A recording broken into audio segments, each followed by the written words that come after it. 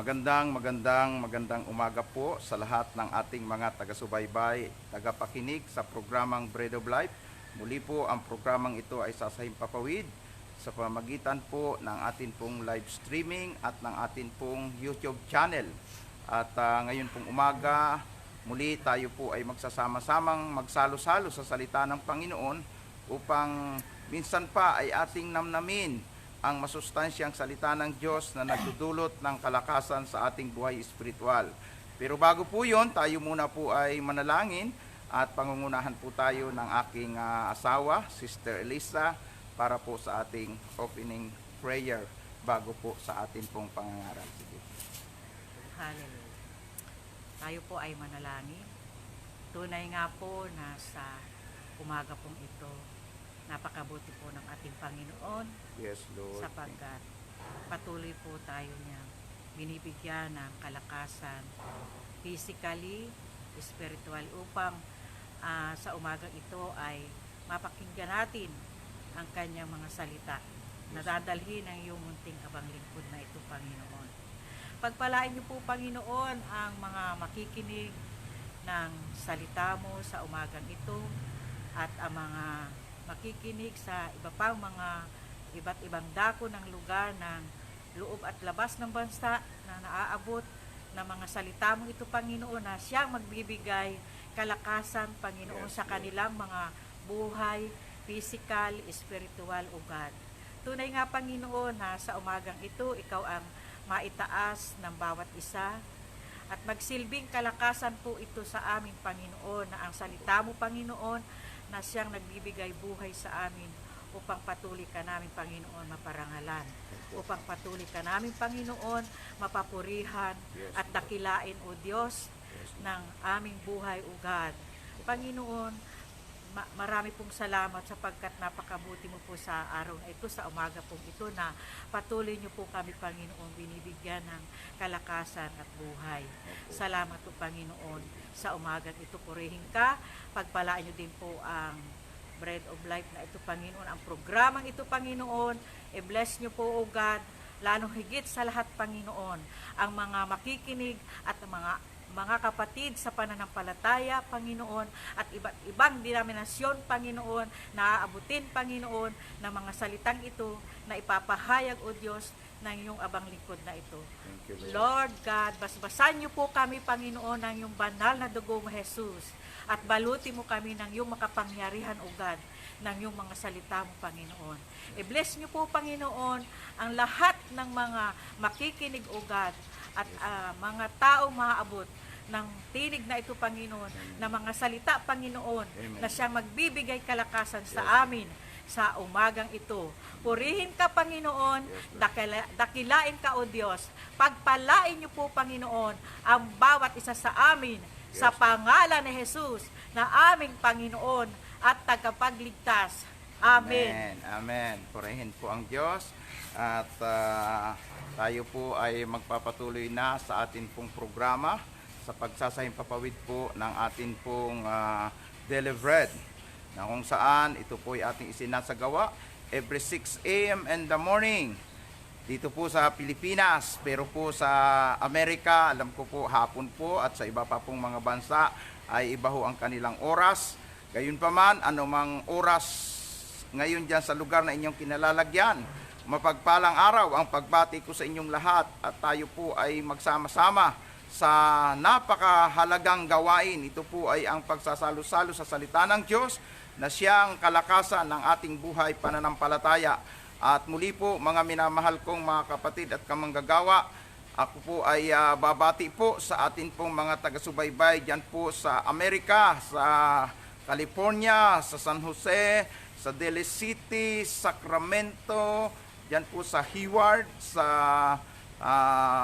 San Francisco, San Bruno, at sa iba't iba pang lugar dyan sa California, at sa iba pang lugar ng Amerika.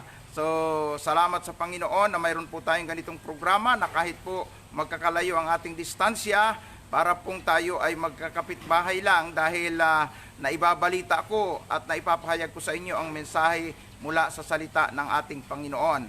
At batiin din po natin ang ating mga taga-subaybay sa iba't ibang lugar po ng Korea, iba't ibang church at denomination. Mapagpalang araw sa inyong mga kamanggagawa at kapatid dyan sa Korea. At sa iba't iba pang lugar sa Japan, mapagpalang araw ang pagbati ko sa inyo. Gayon din sa mga nasa Singapore, ganon din po ang pagbati ko sa mga taga New Zealand. Magandang araw po sa inyo mga kapatid at mga kamanggagawa sa Panginoon. To God be the glory. At sa iba pang mga dako at lugar, dyan po sa China, sa Hong Kong, sa Macau, sa iba't ibang lugar ng China. Binabati ko kayo sa ngalan ng ating Panginoon. Mga tagapakinig po natin dyan sa Singapore, magandang umaga sa inyo. Mga taga-subaybay at tagapakinig din po natin sa lugar ng Cyprus, sa lugar po ng Australia, sa iba't iba pang mga bansa. Sa Canada po, mapagpalang araw po mga kapatid kamanggagawa dyan sa Vancouver, sa iba pang lugar ng Canada. Mapagpalang araw ang pagbati ko sa inyo. At sa atin pong mga kapatid at kamanggagawa sa ating minamahal na bansang Pilipinas, mapagpalang araw ang pagbati ko sa inyo. Magandang umaga po. At sa mga taga Luzon, dito po mayroon po tayong iba't ibang mga churches na kaibigan at kakilala dyan. Sa Metro Manila po, sila Pastora Pe sa Jesus the Rock of Salvation, at sa Pateros po, Jesus the Word of Salvation, sa pangunguna ni Pastor Melo. At sa Montalba naman po, ang ating kapatid kamanggagawa sa Burgos Mission Church, si Pastor Romy Gracia. Binabati po natin sa ngalan po ng ating Panginoon. Sampo ng kanyang mga leaders at mga miyembro. At ganon din sa ating mahal na kaibigan at kamanggagawa dyan, sila Brother Mar at Sister April. Pagpalain po kayo ng Panginoon. At sa atin pong iba pang mga tagapakinig, yan po sa Parañaque, sa Jesus the Answer Church, sa pangunguna ni Pastor Rusty Delgado. Sa ating kamanggagawa dyan, sila Pastora Arlene, sila Brother Danny, Sister Gea, at ganun din po si Sister Ana. Binabati ko po kayo sa ngalan po ng ating Panginoon at salamat sa inyong patuloy na pagtangkilik sa programa ng Bread of Life. At batiin din po natin ang iba nating mga kapatid dito po sa Cavite, sa Carmona, Cavite, sa Hope Church po, at sa iba't iba pang mga church dito po sa iba't ibang lugar ng Cavite. At sa iba pang mga kalapit lugar, ang Calabarzon area po, binabati ko po kayo sa ngalan ng Panginoon. At sa mga iba pang mga nandyan sa party po ng Baguio, sila Sister Edith at ang iba pa mga kapatid kamanggagawa natin sa Shalom. Magandang umaga sa inyo mga kapatid at kamanggagawa. At ganun din po sa party po ng Manawag. Nandyan po si Bishop John Sagawinit, ang kanyang buong kongregasyon, at ganun din po si Bishop Castillo, si Bishop Conrad Castillo, at ganun din po, nandyan ang kapatid natin sa Binalunan po, si Sister Malo. Binabati po natin sa pangalan ng ating Panginoon. At iba't iba pang mga lugar sa Mindanao, sa Davao City, Davao del Norte, Davao del Sur, Davao Oriental, Davao Occidental. Mapagpalang araw sa inyo mga mahal kong mga kamanggagawa at kapatid kay Kristo. At kayo din sa ating mga kapatid sa General Santos City, sa iba't ibang dako ng Jensan, iba't ibang church at denomination man ang inyong kinabibilangan. Magandang araw po sa inyo. Magandang umaga po. At ganun din sa mga taga Sultan Kudarat, sa President Quirino, at ganun din po sa Lambayong at sa Isulan. Nandyan po si Bishop Gamaw. Binabati po natin ang ating mahal na kamanggagawa. At ang ating mga kaibigan at kapatid po, diyan po sa Pulumulok, sa Church of God, at sa iba't iba pang lugar na mayroon po tayong mga taga-subaybay. At sa lugar po ng Cotabato City, mapagpalang araw sa inyo mga minamahal kong mga kapatid at kamanggagawa kay Kristo. At ganun din sa Kabisayaan, bumabati po tayo sa ngalan po ng ating Panginoon. Sa lugar po ng Leyte, nandyan po Sister Rowena Hikes, na sila po ay masugid na taga-subaybay at tagapakinig po natin sa programang ito. At sa iba't iba pang lugar, dyan po sa Samar, sa Cebu, sa Negros, sa iba't iba pang lugar ng Kabisayaan. At batiin din po natin, nakalimutan ko po yung taga Dinagat Island, si Pastor Emilio Angkoy. Magandang umaga sa iyo, mahal na kamanggagawa. At bumati rin po tayo sa mga taga Masbati, especially po sa church po ng All for Jesus Masbati. Pagpalain kayo ng Panginoon at patuloy po kayo sumubaybay sa programang Bread of Life upang tayo po ay patuloy na magsalo-salo sa sustansyang salita ng Diyos. Batiin po natin ang mga kapatid, kamanggagawa po natin sa Dimasalang, at gayon din po ang ating mga kapatid at kamanggagawa po sa lugar po ng Aroroy at sa iba't iba pang lugar ng Masbati, kasama na po ang mga taga-Tikaw. Pagpalain kayo ng Diyos at tayo po ay patuloy na mag-aral ng kanyang salita. Patuloy po tayong magpalakasan upang sa nalalapit ng muling pagbabalik ng ating Panginoon ay madatngan niya po tayo na tayo po ay handa. Salamat po sa Panginoon sapagkat ngayong umaga ay nagpapatuloy ang ating programa na kung saan po ang pangunahing layunin po ng programang ito, tayo po ay dulutan ng pagkain ng ating buhay espiritual para mapatatag at mapalakas po ang ating buhay pananampalataya.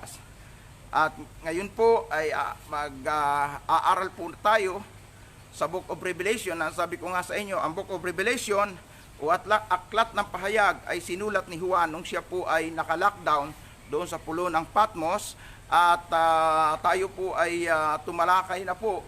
Nagsimula tayo sa chapter 1 at nagpatuloy ang ating mga pag-aaral hanggang po umabot na po tayo sa chapter 13 na kung saan ay ipinahayag kay Juan ang paglitaw ng Antichrist na tinawag din pong halimaw dito po sa bahaging ito ng kasulatan ating binasa o ating babasahin sa chapter 13 ng Book of Revelation o pahayag. Basahin po natin ang buong kabanata at inyo pong sundan kung kayo po ay mayroong mga banal na kasulatan. Hallelujah. Glory to Christ Jesus. Hallelujah.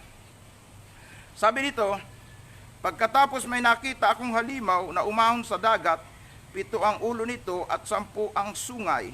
Bawat sungay nito ay may korona at sa bawat ulo naman ay may nakasulat na pangalang lumalapas tangan sa Diyos.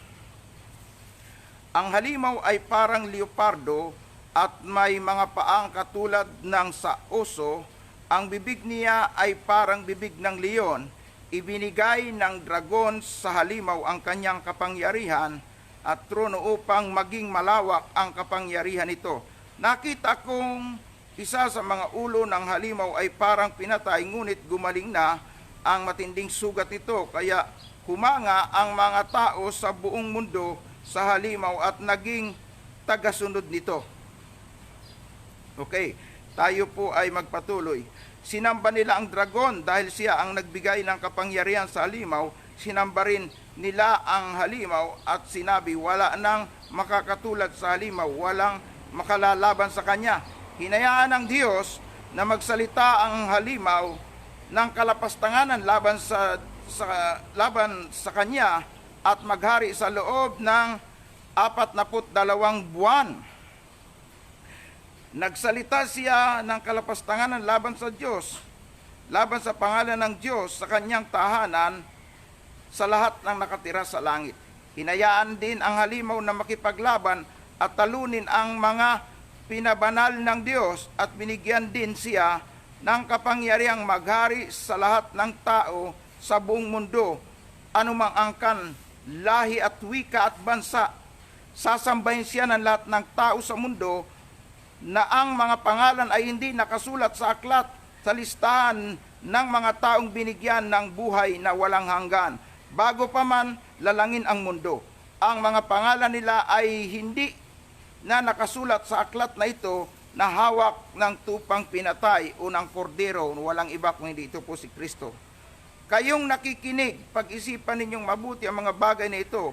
Ang sino mang itinakdang dakpin ay dadakpin, at ang sino mang itinakdang mamatay sa espada ay mamamatay sa espada. Kaya ang mga pinabanal ng Diyos ay kailangang maging matiisin at matatag sa kanilang pananampalataya. Pagkatapos nakita ko ang isa pang halimaw na lumabas mula sa lupa. Ito ay may 2 sungay na katulad ng tupa, ngunit parang dragon kung magsalita. Naglingkod siya sa unang halimaw at ginamit niya ang lahat ng kapangyarihan nito. Pinilit niya ang lahat ng tao sa mundo na sumamba sa unang halimaw na may malubhang sugat na gumaling. Gumawa ng kagilagilalas na mga himala ang pangalawang halimaw tulad ng pagpapaulan ng apoy mula sa langit. Ginawa niya ito upang ipakita sa mga tao ang kanyang kapangyarihan. Verse 14. At dahil sa mga himalang ito na ipinagawa sa kanya ng unang halimaw, nalinlang niya ang mga tao. Inutusan niya ang mga tao na gumawa ng imahe ng unang halimaw at na malubhang nasugatan ng espada, ngunit nabuhay pa. Hinayaan ng Diyos ang pangalawang halimaw na magbigay ng buhay sa imahin ng unang halimaw. Kaya makapagsalita ang imahin na kapag-utos na patayin ang lahat ng ayaw sumamba sa kanya. Pinilit ng pangalawang halimaw ang lahat ng tao, dakila o hindi man, mayaman o mahirap, alipin o malaya, magpapatatak sa kanang kamay o sa noo. At sino mang ayaw magpatatak sa pangalan o numero ng unang halimaw ay hindi na maaaring bumili o magbenta. Kailangan dito ang talino upang maunawaan ang kahulugan ng numero ng unang halimaw, dahil simbolo ito ng pangalan ng tao at ang numero ay 6666. Purihin ang Panginoon. Glory to Christ Jesus. Salamat sa pagkabasa po ng buhay at makapangyarihang salita ng ating Panginoon. Purihin ang Diyos. Glory to Christ Jesus. Hallelujah. Mga iniibig kong mga kapatid, dumako na po tayo sa isa sa pinaka highlights po nito pong Book of Revelation, at ito po ay ang pagpapahayag kay Juan patungkol po sa paglitaw po ng Antikristo. Tinawag po itong halimaw. Naayon po dito sa atin pong binasa, yung dragon po, kumakatawan po kay Satanas, ay siya pong nagbigay sa 7 halimaw na kung atin pong titingnan ay mayroon po itong 7 ulo at 10 sungay. Huwag ho nating i-interpret ang talatang ito ng literal, dahil baka ho tayo ay nag-iisip ng halimaw na lalabas po na ganito po yung ayos. Huwag po nating i-interpret ng literal, sapagkat ang halimaw po ay kumakatawan, sumisimbolo po ito sa paglitaw ng Antikristo. At yung 7 ulo po, hindi po yan literal na ulo talaga, kundi ito po ay kumakatawan po sa 7 hari, at yung 7 sungay po ay kumakatawan sa iba pang mga hari na nasa ilalim po ng 7 makapangyarihang hari. At ito po ay mapapasailalim sa kontrol at kapangyarihan ni Satanas, na si Satanas naman po, ibinigay yung kanyang kapangyarihan doon sa Antichrist, kaya magiging makapangyarihan ang Antichrist, na kung ating titingnang mabuti ang banal na kasulatan, sabi ito'y magpapakita ng mga himala, makapagpapaulan ng apoy, at makagagawa ng mga kagilagilalas na bagay na siyang magiging dahilan para malinlang ang mga tao. Alam nyo naman, ang mga tao ay mahilig po sa ibang himala, lalo na po kapag po yung imahe po ay magsalita na yan. Aba, ay dilalong ang tao po ay mangkakandarapa para sumamba po sa mga imahe o mga images. Ngayon nga lang mayroon lang pong mabalitaan na lumuluha ng dugo o lumuluha ang isang imahe ng kandarapa na ang tao sa pagsamba. Minsan nga po nabalita doon po sa Naga City, yung Piña Francia po ay lumuha. Ang mga tao po talaga naman po hindi mahulugang karayom na nagsisiksika na pumupunta po doon para po sila po ay magpahid-pahid at humingi ng mga himala. Hindi nila alam na yun pala ay tinrabaho po ng ilang mga leader doon, tinanggal ang piluka, binarinahan yung parte ng ulo, may koneksyon doon sa mata, tapos po nilagyan ng asin, ay di siyempre po papatak po yung tubig noon, tutunaw yung asin doon sa mata, aba ay pagkatapos ay pinakita sa mga deboto, lumuluha po yung Peña Francia, at mula po noon ay dinagsa at dinayo na po ang Peña Francia po doon sa Naga. So tingnan po ninyo mga tao, ang dali pong maluko. Ito po ay gawa lang din ng tao, pero marami po ang naluko at nadaya. Gaano pa po kaya kung isang imahe ay makapagsasalita at gagawa na ng himala, ay di lalong mangkandara pa ang tao sa pagsamba. Pero ito po ay mga tao po na walang tatak ng Diyos na buhay, at ito po ay ang mga tao na ipinahintulot po na madaya, umalin lang po ng dyablo. Kaya nga po, mga iniibig kong mga kapatid at kamanggagawa, gusto ko pong ipaunawa sa inyo ang katotohanan ito, para po huwag po tayong malinlang ng manlilinlang na espiritu, sapagkat sa huling panahong ito ay talaga pong magiging makapangyarihan o papayagan po sa kapangyarihan ng dyablo o ng mandarayang espiritu na ang mga tao po ay madaya, lalo na po yung mga matitigas ang ulo at ayaw pong manampalataya sa Panginoon. Darating po yung panahon na magkakaroon po talaga ng tatakan, at dito po ay maliwanag na nabasa po natin na sa pilitan po itong gagawin sa mga tao, yung mga tao pong ayaw po talagang sumunod sa Diyos, yung mga tao pong ayaw manampalataya sa Diyos, sapagkat ito pong halimaw, ang sabi po doon, ay talaga pong gagawa ng matinding kalapastanganan at papahintulutan siya ng Diyos ng maikling panahon. Ayon sa itinakdang panahon sa kanya, siya po ay makapagpipenetrate, siya po ay makakakilos, malayang makakakilos, at maraming tao po ang madadaya. Nang sabi po, kung ating idadagdag po, ito pong Thessalonians, na minsan ay binasa na rin po natin ang bahaging ito ng 2 Thessalonica, dito po sa verse 9 at the following verse, ang sabi po sa 2 Thessalonica chapter 2 verse 9, ihahayag ang taong masama na taglay ang kapangyarihan ni Satanas, gagawa siya ng lahat ng uri ng nakalilinlang na himala, kababalaghan at kamanghamanghang bagay. Gagamitin niya ang lahat ng uri ng pandaraya sa mga taong mapapahamak. Mapapahamak sila dahil ayaw nilang pahalagahan ang katotohanan na makapagliligtas sa kanila.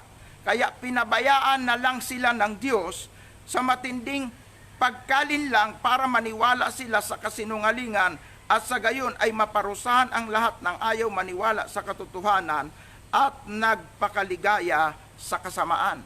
So mga iniibig ko mga kapatid, sangayon po sa bahaging ito ng kasulatan na ating binasa, ito pong mga taong mapapahamak at malilinlang, ito yung mga taong tumanggi sa katotohanan. Alin po ba yung katotohanan?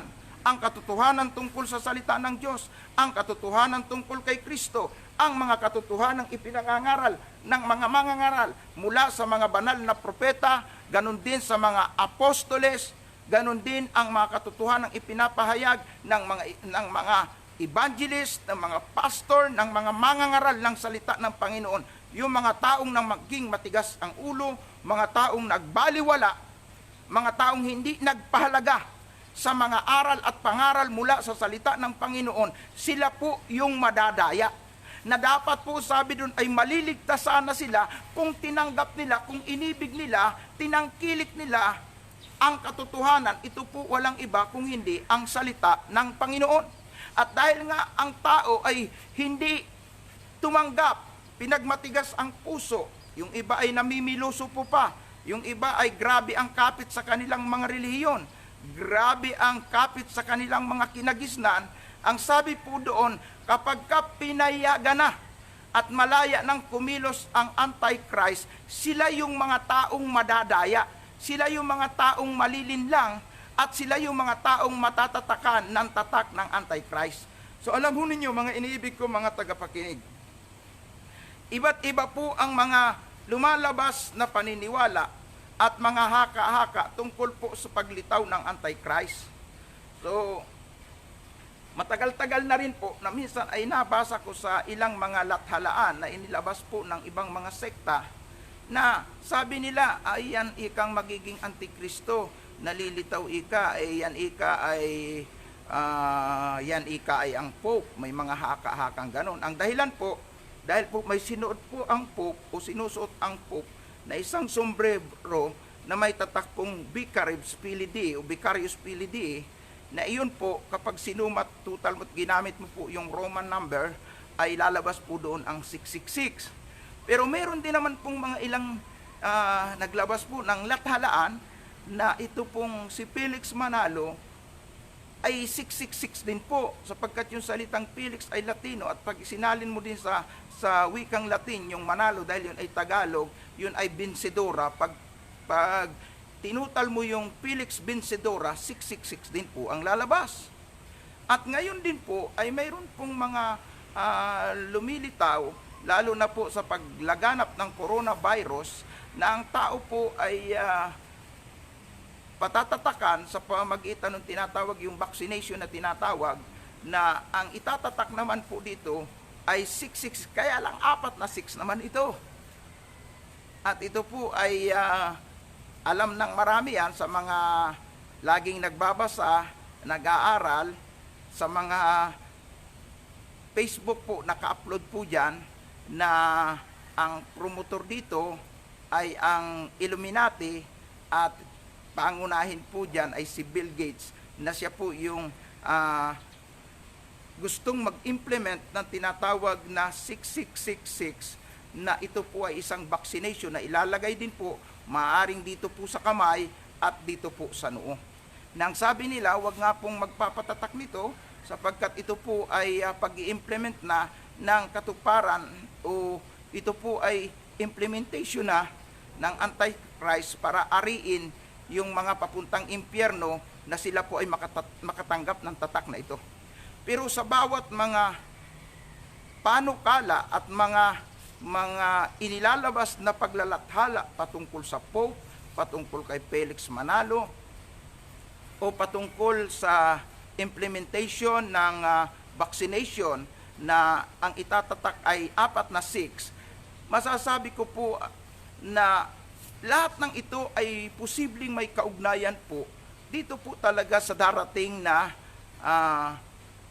pagsasagawa ng tatak ng 666, dahil bukod po doon sa sinasabi na yan na vaccination, na ang promotor po dyan at supporter po dyan ay si Bill Gates, ay mayroon na po talagang mga nagaganap sa Europe, at may mga naka-upload po sa Facebook, at kung hihingin po ninyo, pwede ko pong ipasa sa inyo yan, na meron na pong mga lugar sa Amerika, magipong sa lugar po ng Spain, sa iba pang mga bansa sa Europa, na talaga pong mayroon na pong nagpapalagay po ng 666.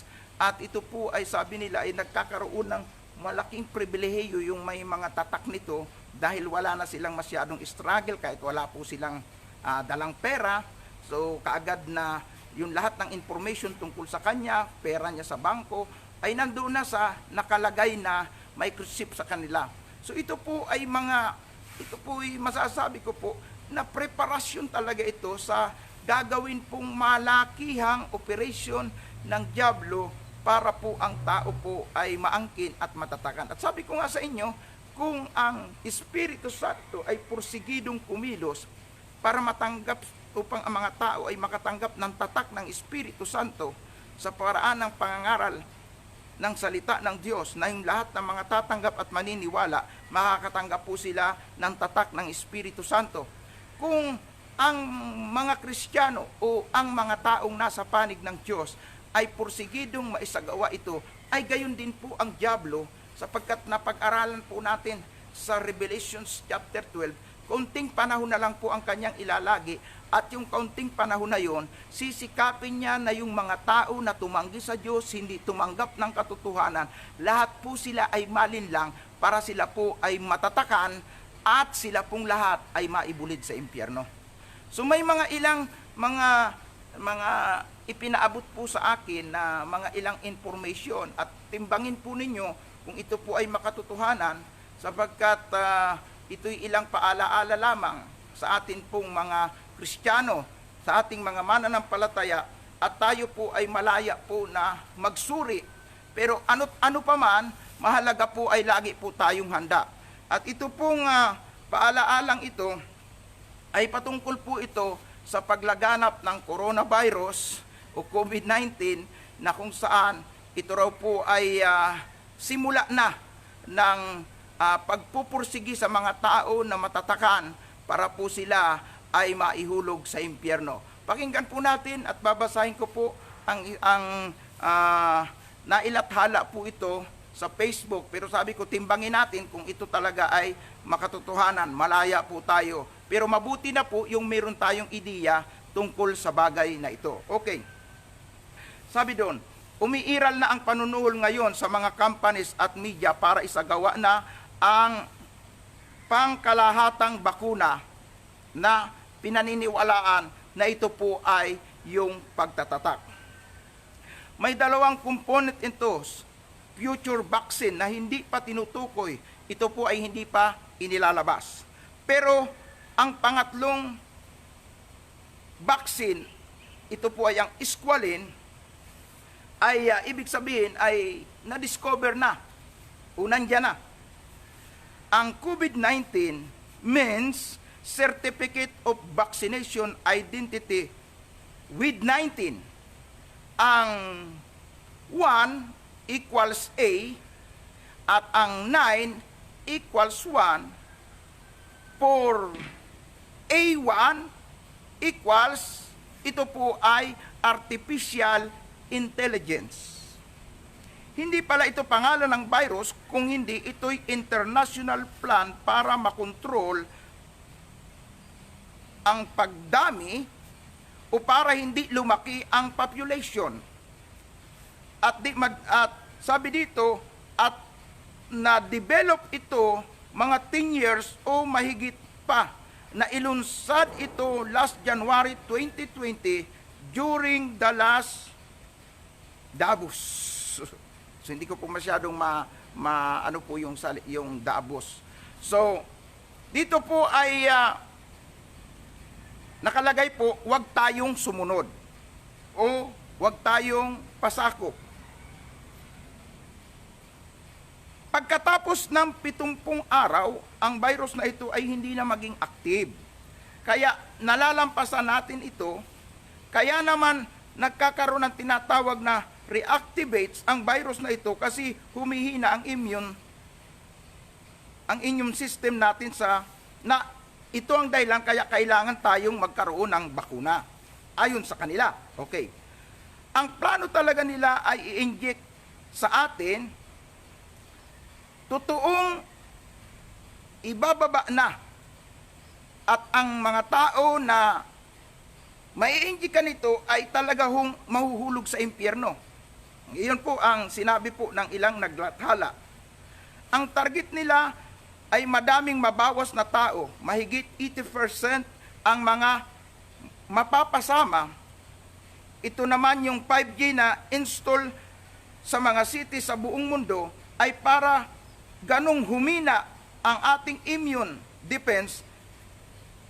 At siyempre, pag humina yung immune defense ng tao, sasabihin nila ito yung solusyon para malabanan natin itong virus. So kailangan lagay tayo ng vaccine. Kaya huwag talaga magpatis, hindi ito siguradong ligtas. Ang mga manufacturer o gumagawa ng test na ito ay nagsasabi na hindi ma-detect ang COVID virus na ito. Kung hindi ang mga walang katapusang maliliit na virus o waste cell lamang na nasa microbiota natin, kaya ang result ay lumalabas. Madami ang positibo pero hindi nila matukoy ang COVID virus mismo. Kaya ito ang objective nila. Okay. Bakit ko po ito binabasa? Para po meron tayong ilang ideya at pananaw tungkol sa mangyayaring tatakan. Okay.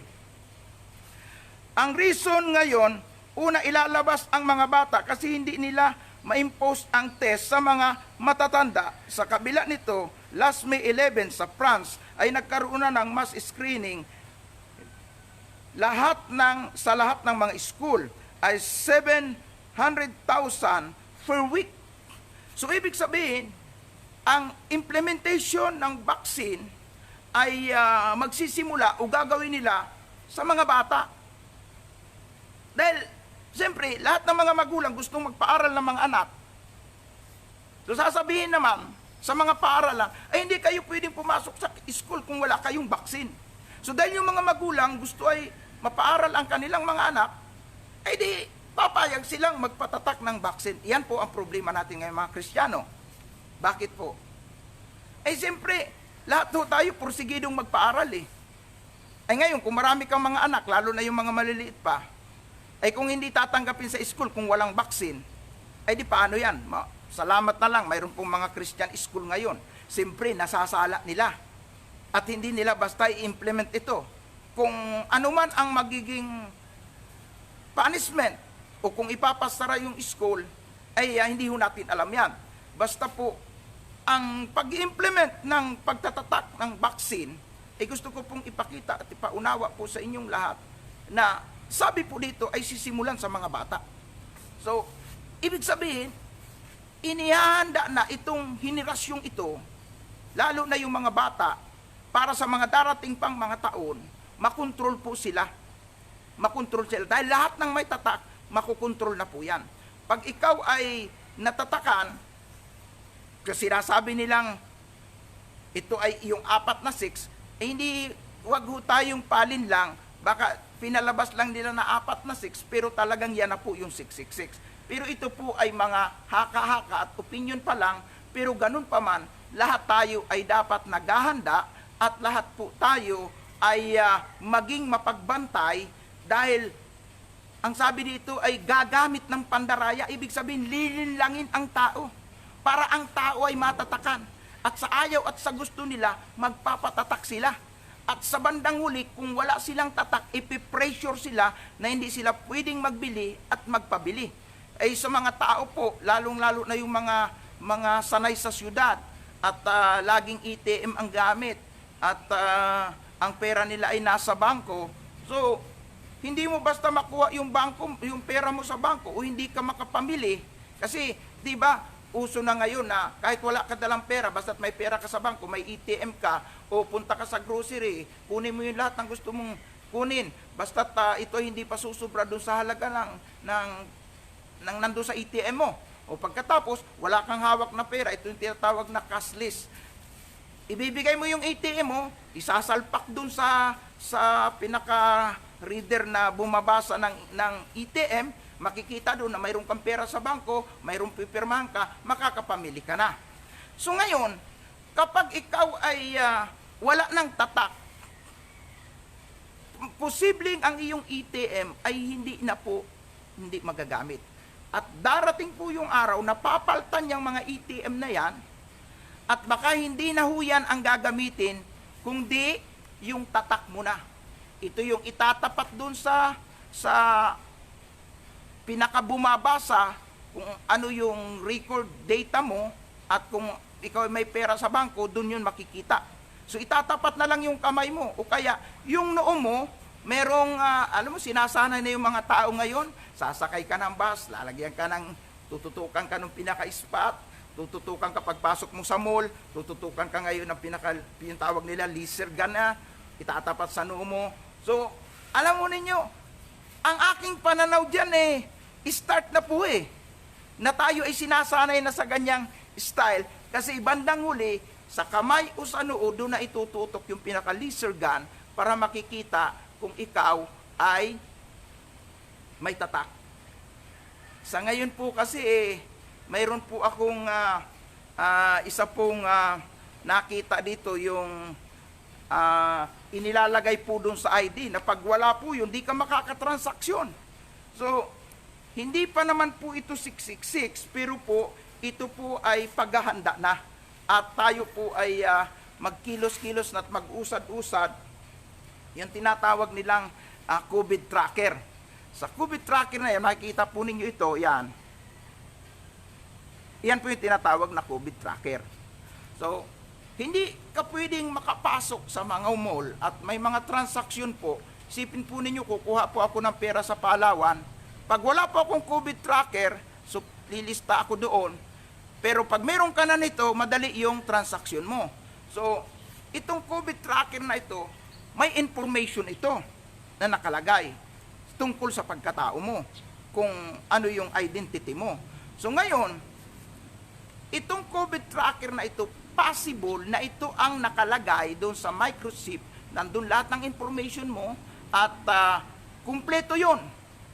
Ilalagay na yan sa isang maliit na microchip, ilalagay sa noo o sa kamay mo. Ngayon, pag ikaw ay mamalingki o ikaw ay mamili, punta ka sa grocery, igaganon mo lang yung kamay mo o kaya tututukan ka lang ng laser gun sa iyong noo. So, iyan po ang magiging kalakaran ngayon. Alam po ninyo, sa simpleng paggamit ng tinatawag na quarantine pass, ay dapat mamulat na po tayo na ito po ay paghahanda na sa mga darating pang mga taon. Sapagkat sa darating na mga taon, hindi na quarantine pass ang tawag dito. Darating yung mga panahon na ang gagamitin na po ay yung tatak.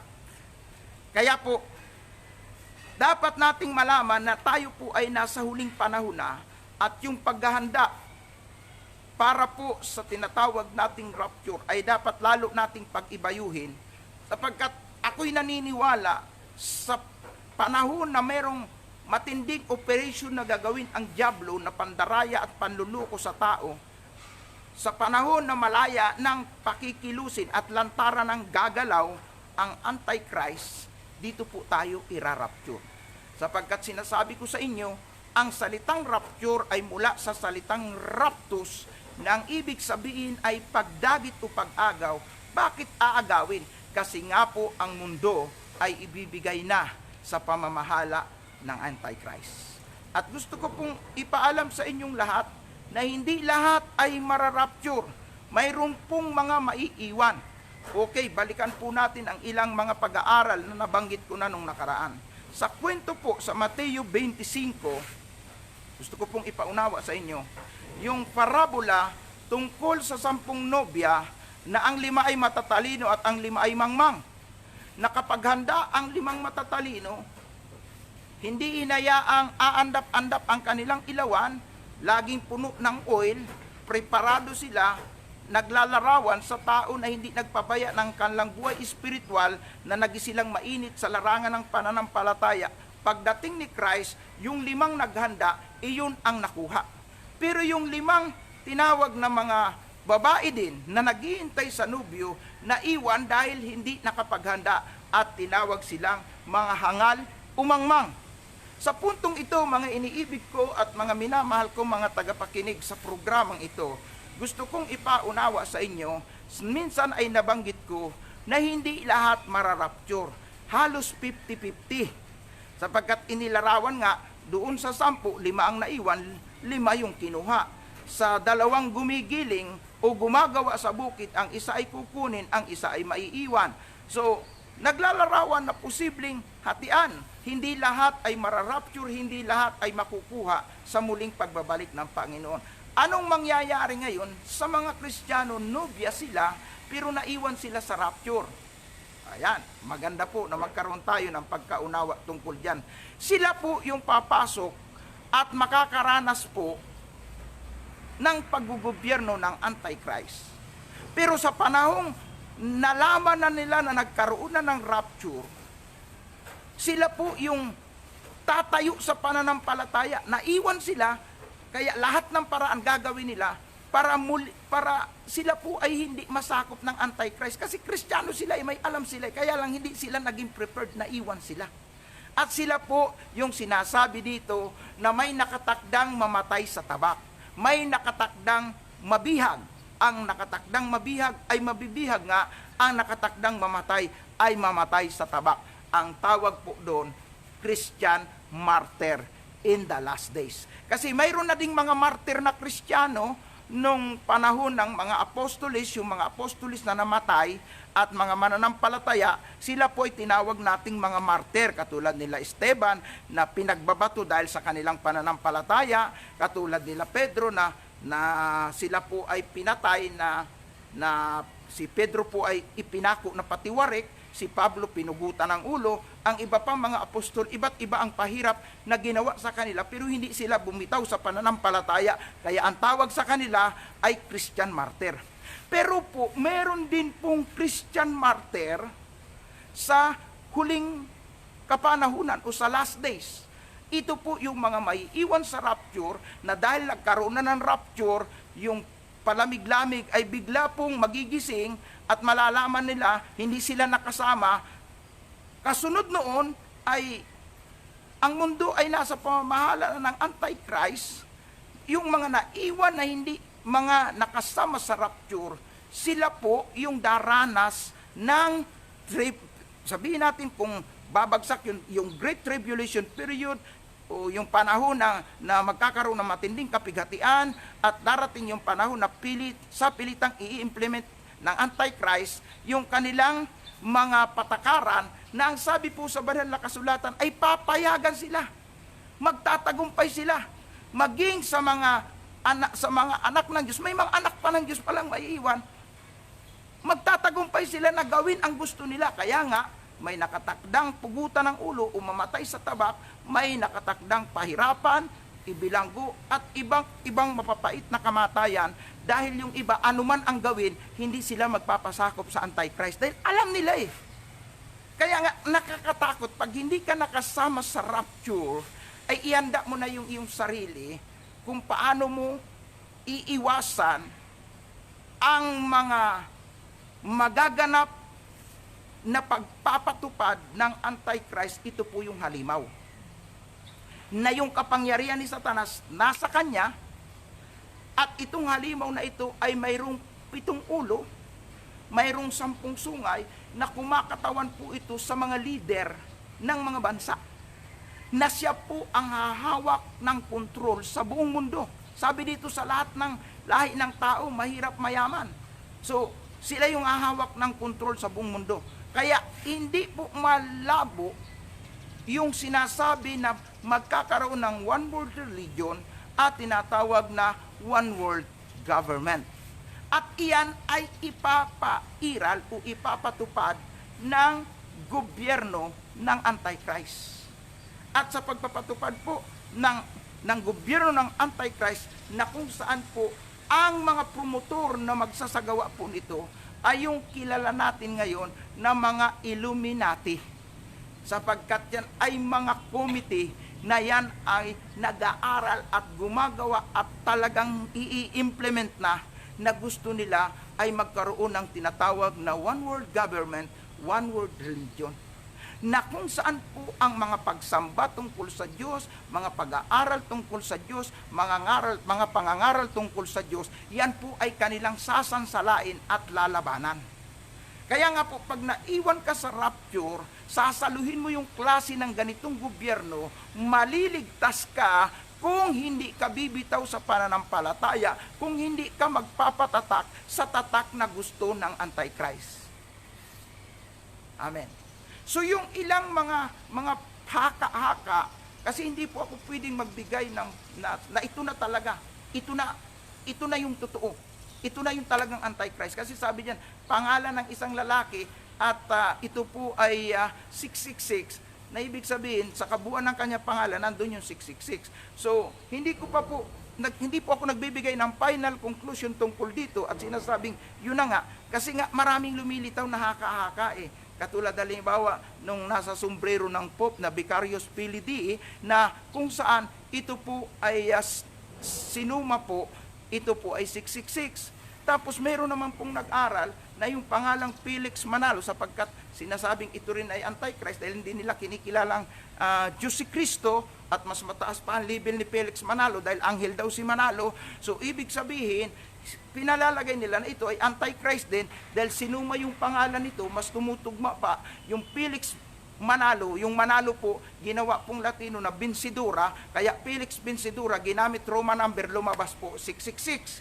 Ngayon naman po, dahil nga dito sa i-implement na vaccination na nakalagay po doon 666, ay pinaniniwalaan na ito ay Antichrist na, o ito na yung pag-i-implement ng Antichrist. Kaya lang 4 na 6 pa yung nakalagay, at hindi pa talaga totally na ipapatupad sa buong mundo. Mayroon pa lang mga ilan na gumagawa. So ibig sabihin, ang mga pananaw ay mga haka-haka pa lang. Hindi pa talaga ito. Pero gayon pa man, maniwala tayo, ang mga nabanggit, lahat ng mga grupo na hindi talaga kasang-ayon sa tunay na aral ni Kristo ay nasa ilalim po yan o papailalim po yan sa gobyerno ng Antikristo. Ngayon pa nga lang dito lang sa Pilipinas, wag na po tayong lumayo may nagpapakilala na siya na talaga yung Kristo. At wala nang New Jerusalem na darating na katulad ng sinasabi sa Book of Revelation sa chapter 21, na bababa ang New Jerusalem, ang bagong langit at bagong lupa. Sabi nila, hindi na raw darating dahil yan po ay nasa Davao na at nandyan na yung Kristo na nagpapakilalang siya ay appointed Son of God. So, lantaran po yan. Sa maraming mga nag-aaral at mga theologians, mga Bible scholar, sinasabi nila na ito ay Antikristo. So, ang mga nabanggit sa grupo na nagpapakilala na siya ay appointed, na siya na yung kapalit ni Kristo, o kaya siya na yung Kristo, at siya na daw yung may-ari ng mundo, at may-ari ng kaluluwa ng tao, ay pagpapakilalang siya ay Antikristo. Pero hindi pa po talaga yan. Maaaring siya ay galamay lang. At gayon din po, yung tumatangging si Kristo ay Diyos, hindi pinaniwalaan si Kristo ay Diyos. Ito ay Antikristo rin, pero hindi pa talaga yan. Galamay pa lang yan. Ay yung Vicarious Filii Dei na maraming mga sinasabi dahil ang mga aral at doktrina ay saliwa sa tunay na doktrina ng mga banal na apostol o na mga tinuturo ng Biblia, na dito nga nagmumula yung malakihang mga pagsamba sa mga images at Diyos-Diyosan. Hindi pa rin natin masabi na sila na talaga, kundi ang aking paniniwala, nasa sa inyo kung sasakyan nyo ang paniniwalang ito, sila'y mga galamay pa lang. Pero maniwala tayo sa katotohanan, ang Antikristo na talagang magiging pinuno na kukontrol sa mga tao na papasukin ng kapangyarihan ni Satanas at ibibigay sa kanya ang kapangyarihan ni Satanas. Yang halimaw na sinasabi na magiging pinuno ng 7 mga malalaking pinuno ng bansa, na mayroon pang 10 ulo na tumutukoy sa mga malalaking leader ng mga bansa pa. Naniniwala po ako, buhay na yan. Hindi po yan ipapanganak.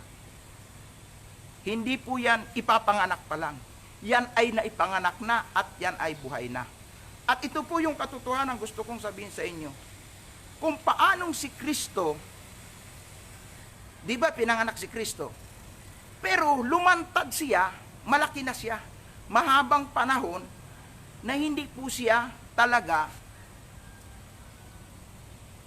gumanap ng kanyang ministeryo ng pagliligtas. After 30 years, saka lang siya lumantad nung siya po'y nagpabautis po na kay John the Beloved. At nung siya po ay lumantad na, ang edad niya 30 taon. Ganon din po ang Antichrist. Lalantad yan po sa takdang panahon, may tamang edad po yan, saka po yan papayagan. Ang sabi po dito, hahayaan siya na magsagawa ng pagkontrol sa buong mundo. Pero kung babasahin natin ang kasulatan, ay maikling panahon lang po. Hindi po mahabang panahon.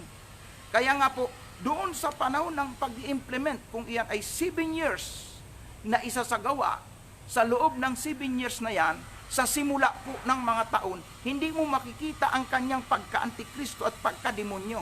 Pero pagkalipas ng 3 taon at kalahati, doon lalabas kung ang paniniwala ng iba ay may sungay, doon lilitaw yung sungay. Simbolismo lang po yung sinasabi ko. So ang ibig sabihin, doon talaga siya lantarang magpapakilala na bilang Antichrist, Anti-God. At alam po ninyo kung paano po ang Diyos ay mayroong 3 persona, ay halos ganyan din po ang magiging papel ng Diablo, ng Antichrist at ng mga bulaang propeta na nasa ilalim ng masasamang espiritu na mandaraya sa mga tao. Sapagkat kung may 3 persona, mayroon din 3 tatayuan itong mga kampo na ito ni Satanas. Una po, yung dragon, kumakatawan kay Satanas. Pangalawa po, yung halimaw, pangalawang persona. Unang persona, yung dragon. Pangalawa po, yung halimaw, yun yung gagamitin ni Satanas na ibibigay yung kapangyarihan doon sa halimaw. At yung pangatlo po, yung mga bulaang mga magngangaral o mga tagapagturo. Yan ay yung sinasabi ko sa inyo, na ito po ay posible na itong grupong ang paniniwala ay hindi Diyos si Kristo. Ito yung grupo na sinasabing sila, nasa kanila na yung New Jerusalem at sila na yung mga pinili na sabi nila, ang sabi ng pinuno nila, sila yung may-ari ng kaluluwa ng tao. Alam na po natin yan kung sino yan. At meron nga na nagbubunsod sa mga tao at hinahayaan ang tao na sumamba sa mga images, maniwala sa mga paniniwalang pagano. So alam na rin po ninyo siguro yan. So iyan po ay nandun lang po yan sa pangatlong persona ng kademonyohan, ng demonyo. Una po, si Satanas, tinawag na dragon. Unang persona yan. Pangalawa po, ay ang halimaw na kumakatawang Antichrist. Pangatlo po, ay yung mandarayang espiritu na papasok po sa mga bulaang propeta na siyang gagamitin para linlangin ang mga tao. O ayan. Kaya nga, gagaya sa kung mayroong Antichrist, mayroong anti-God. O, iyan po yung dapat ninyong makita na talaga pong lilitaw po yan sa huling panahon. Kaya nga, patuloy tayong mag-aral at magsuri sa mga katotohanan ito sapagkat sa huling kapanahunan ito ay marami pong taong madadaya kung sila po ay tutulog-tulog sa pananampalataya. Ang katungkulan ko po, bilang mga ngaral, nagsusuri at nakikipag-ugnayan sa Panginoon, ay patuloy na suriin ang mga bagay na ito at alarmahin ang mga tao, gisingin ang mga tao na ang mga tao ay talagang kailangang maghanda at dobling paghanda sapagkat ngayon pa lamang ay ipapatupad na po ito pong tinatawag na vaccination, na ito po ay preparation na po sa nalalapit na paggugobyerno ng Antikristo sa mundong ito. Kaya po ang paalaala po na nakalagay po dito, huwag nawa tayong mahulog sa trap. Huwag ibigay sa kanila ang ating mga complete information o ang ating data. Sabi dito, una, huwag kang papahuli. Pangalawa, huwag kang magpapates. Pangatlo, huwag kang magpapabakuna. So ito po ay ilang mga mahalagang paalaala para po hindi po tayo matrap o madaya. So maaring dumating yung panahon, sabi ko nga sa inyo, kapag ka po ipinos na o itinulak na sa pwersahan ang tinatawag na vaccination at hindi na pwedeng magsipag-aral ang inyong mga anak na malaya na malibang magpatatak, ay darating yung panahon na yung mga nasa syudad na mga Kristiyano na nakakaalam ng katotohanan ito, uuwi kayo sa mga probinsya. At ano pong mangyayari? Doon na lang kayo magtuturo sa inyong mga anak. Kayo na ang kanilang magiging teacher. Hindi na ninyo sila i-enroll sa school kung sa pilitang i-implement ito kahit sa mga private school na kung hindi nila ito ipatupad ay hindi sila makapag-operate. Darating yung panahon, hindi na kayo makapagpaaral kahit mga Christian school kung ang mga school ay ipipressure na at piliting ang mga bata ay magpatatak, magpabakuna. Dahil hindi natin alam o sinasabi nga ng marami na ang bakuna na yan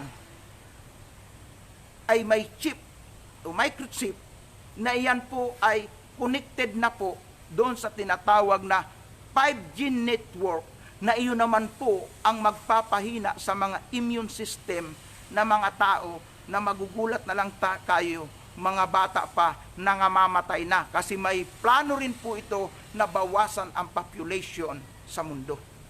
So kung ano pa man ang mga kaganapan na mangyayari sa mga huling panahong ito o sa mga darating na araw, ay ipinagpapauna ko nang sabihin sa inyo na dapat po tayo maging handa. Bakit po?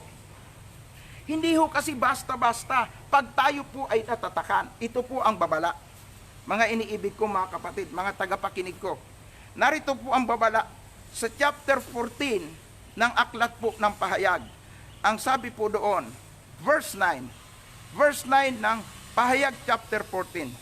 Sumunod pa ang isang anghel sa dalawang anghel na nauna. Sumigaw din siya, ang lahat ng sumamba sa halimaw at sa imahe nito at tumanggap ng tatak nito sa noo o sa kanang kamay ay makararanas ng galit ng Diyos, sapagkat parurusahan sila sa nagniningas na apoy at asupre sa harapan ng kordero o ng tupa at ng anghel ng Diyos.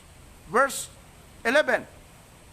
Ang usok ng apoy na magpapahirap sa kanila ay papailan lang magpakailan-kailanman. Araw at gabi wala silang pahinga sa kanilang paghihirap dahil sinamba nila ang halimaw at ang imahe nito at nagpatatak ng pangalan nito. Ayan.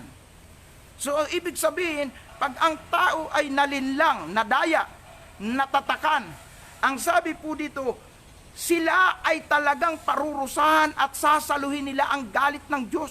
Yun yung sinabi ko sa inyo. Nababagsakan sila ng matinding galit ng Diyos, magkakasalot-salot sila sa buhay sa mundong ito, magkakandahirap-hirap sila, at pag sila po ay namatay, ang sabi doon, pahihirapan sila sa apoy at asupre, doon po sa impyerno. At ang sabi dito, papailan lang araw at gabi, ang hirap na daranasin nila, papailan lang magpakailanman, araw at gabi, wala silang kapahingahan doon sa apoy na magpapahirap sa kanila. Ganun katindi. Kaya ito po yung paalaala bago po tayo magtapos. Verse 12 to 13.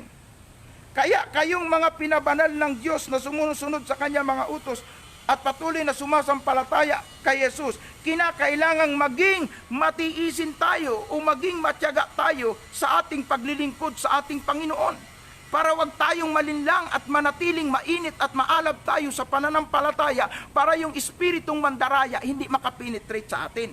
At dito po sa verse 13, pagkatapos ay narinig ko ang tinig mula sa langit na nagsasabi, isulat mo ito, mapapalad ang mga taong naglilingkod hanggang kamatayan. Ayan. Dahil tatanggapin nila ang gantimpala para sa mabubuti nilang gawa. Ito ay pinatotohanan mismo ng banal na espiritu. Ayan. Kaya nga ang paalaala, mapapalad yung mga taong maglilingkod hanggang kamatayan, sapagkat sila po ay susundan ng kanilang mga gawa. So ano ang dapat gawin natin? Yayamang nagkakaroon na po ng pahimukas na implementation ang Antichrist at malapit na po siyang maghari, dapat po wag tayong bibitaw sa paglilingkod. Magpakainit na po tayo sa pananampalataya, sapagkat hindi gusto ng Panginoon na tayo ay madatngan na malahininga. Hindi gusto ng Panginoon na datngan tayong nanlalamig. Hindi gusto ng Diyos madatngan tayo na katulad ng mangmang na mga babae na nagpabaya ng kanilang mga ilawan. Kundi ang gusto ng Panginoon ay nandun tayo sa maapoy na pananampalataya, nandun tayo sa mainit na relasyon sa Kanya, na ginagawa natin ang Kanyang ipinagagawa, na tayo po ay hindi po nanlalamig, na tayo po ay maalab sa ating ginagawa na paglilingkod sa Diyos, sapagkat ang sinasabi ng kasulatang binasa natin, mapalad ang mga taong maglilingkod hanggang kamatayan. Bakit po? Dahil mayroon po silang katiyakan ng kanilang kaligtasan, na hindi sila masasakop ng Antichrist, at sila po ay makapapasok sa langit na bayan na inihanda ng Panginoon, mabubuhay na maligaya, mabubuhay magpakailan-kailanman sa piling ng Panginoon. Nasa sa inyo po yan. Kung sa kabila ng aking mga paalala at pangangaral na ito, kayo po ay magpaliko-liko pa sa pananampalataya, kayo po ay manlupay-pay pa, nasa sa inyo na po yan. Basta't ako bilang lingkod, narito, nagpapaalala sa inyo, panahon na para tayo ay magpakatotoo. Nagsasadyos na rin lang tayo, lubos-lubosin na natin. Amen po. Amen po. Salamat po sa inyong pakikinig. Pansamantala po tayong magtatapos at ipagpapatuloy po natin uli bukas ng umaga. Salamat po at ngayon po tayo po ay darako po sa panalangin at lahat po ng nais pong makiisa ay makiisa po tayo at tayo po ay dumako sa panalangin. Panginoon naming Diyos na makapangyarihan sa lahat, muli ay ginampanan ko ang aking trabaho bilang tagapangaral. Ipinaabot ko ang paalaala at babala sa nalalapit na paghahari ng Antikristo bago po ibigay ang mundong ito sa kontrol ni Satanas at bago po tuluyang matatakan ng Antikristo ang mga taong ibubulit sa impyerno. Umaasa kami na kami at ang aming sambahayan iingatan mo, ililigtas mo kami at hindi mo papayagang mabulid kami sa impyerno. Tulungan po ninyo ang lahat ng aking mga tagapakinig at taga-subaybay sa programang Bread of Life na sila po ay makapagpatuloy sa paglilingkod sa iyo at maipokus nila higit sa lahat ang kanilang puso at isipan sa mga bagay na makalangit at hindi sa mga bagay na ukol sa lupa. Sapagkat kami ay lilisan sa mundong ito. Lahat kami ay pansamantala lamang at lilipat kami sa tahanang inihanda mo sa kalangitan. Pagpalain mo ang aking mga tagapakinig. At nawa, Panginoon, patuloy mo silang bigyan ng kauhawan na sumunod at maglingkod sa iyo. Salamat po aming Diyos sa pangalan ni Jesus. Amen. At ngayon po, tayo po ay darako naman sa panalangin sa mga may sakit.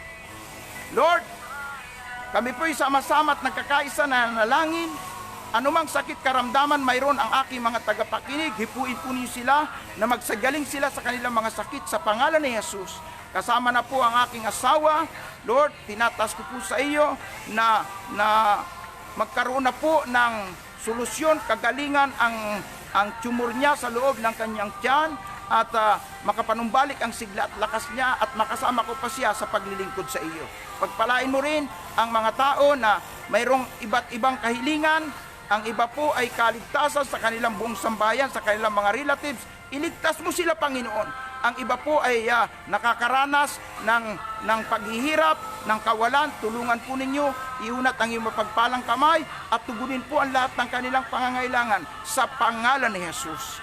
At tunay nga, O Diyos, nanampalataya kami na ang lahat ng aming mga karaingan, pangangailangan ay iyon ang kinatagpo, iyon ang tinugon. At salamat, Panginoon, sapagkat sa umagang ito, minsan pa ay matagumpay na naipangaral ang iyong salita, nakapagpaabot ng paalaala sa mga tao, nakapagpaabot ng encouragement sa mga tao, at umaasa kami, Panginoon, na patuloy mo kaming gagabayan tungo sa isang matagumpay na buhay. At umaasa rin kami, Panginoon, na lahat ng mga prayer requests, maging ito ay sa sakit at karamdaman, pinagaling mo na, Panginoon, lahat ng prayer requests sa pangangailangang material, tinugon mo na, Panginoon. At sa mga problemang emosyonal, umaasa po ako, Panginoon, na sila'y hinipo mo na at nilutas mo na ang kanilang mga kabigatan at kabalisahan. At sa mga spiritual na aspeto ng buhay, umaasa po ako na patuloy mong palalakasin at patatatagin ang aming pananampalataya, lalo na po sa muli mong pagbabalik. Salamat po aming Diyos na makapangyarihan sa lahat. Ito po ang aming dalangin sa pangalan ni Jesus na aming Panginoon, aming tagapagligtas. Amen and amen and amen. Purihin ang Diyos at muli magandang umaga po sa inyong lahat. Muli ay ipinaabot ko po sa inyo na meron na po tayong YouTube channel. Marami na po ako naka-upload ng mga preaching ko doon na pwede po ninyong masundan. I-like nga po ninyo ang ating mga YouTube, ang inyo pong mga YouTube, buksan nyo na po at mag-subscribe na po kayo, i-like na po ninyo para po malaman sa buong mundo na marami po ang taong uhaw sa salita ng Diyos na sumusubaybay sa programang Bread of Life. At muli, ang inyong lingkod, Evangelist Rodrigo Bacos, ay pansamantalang namamaalam sa inyo at nag-aanyaya sa inyo muli sa araw ng bukas, sa atin pong live streaming, dito po sa Facebook at sa YouTube channel po, Rodrigo Bacos. Add nyo lang po, mapapanood na po ninyo ang ating sinasagawang pagsasahimpapawid ng programang Bread of Life. Sumaatin ang basbas ng Panginoon sa ngalan ng Ama, ng Anak at ng Espiritu Santo.